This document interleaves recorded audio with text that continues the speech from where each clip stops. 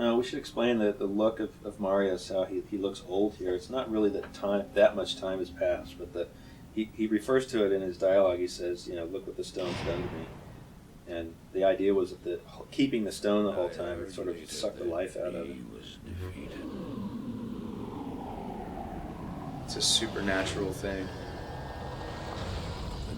Humans are not prepared to hold it.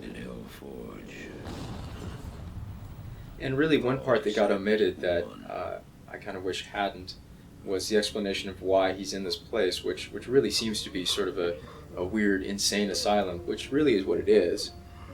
And the idea was that he went crazy, basically, finally, after all this stuff happened and after all he'd seen, and he was wandering around screaming and yelling about all these crazy things that he had seen, and finally they just took him and threw him in this place. And he's been sitting here waiting for Tyrael to show up to rescue him. To take the stone. To take the stone off his hands and relieve him of this burden.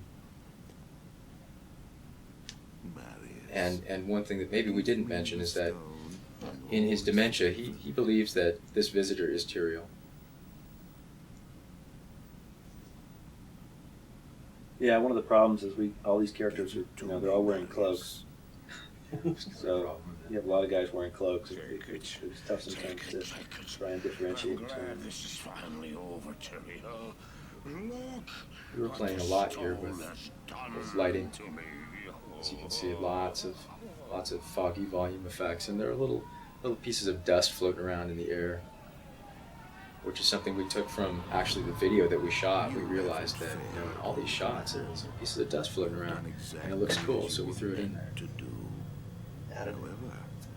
What you just saw there, when you see a glimpse of the old Tal Rasha, the demonic Tal Rasha, that was something that we sort of did at the very end, because after we had it all together, we didn't feel it was obvious enough who this guy was.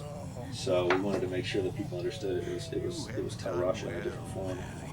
And backing up slightly there, that last bit where Marius is freaking out and kind of moaning about why me and all that, that's something that really was driven by Frank Gorshin's performance, because he just read the lines that way. He just went for it, and so the animators listened to that and thought, we got to have this guy just go completely nuts. And so the read really drove the character, and it was pretty cool that way. These last two shots are good examples of how far we went with layering. I think those last two shots have at least 35 or more layers with all the fire and light effects. Nice.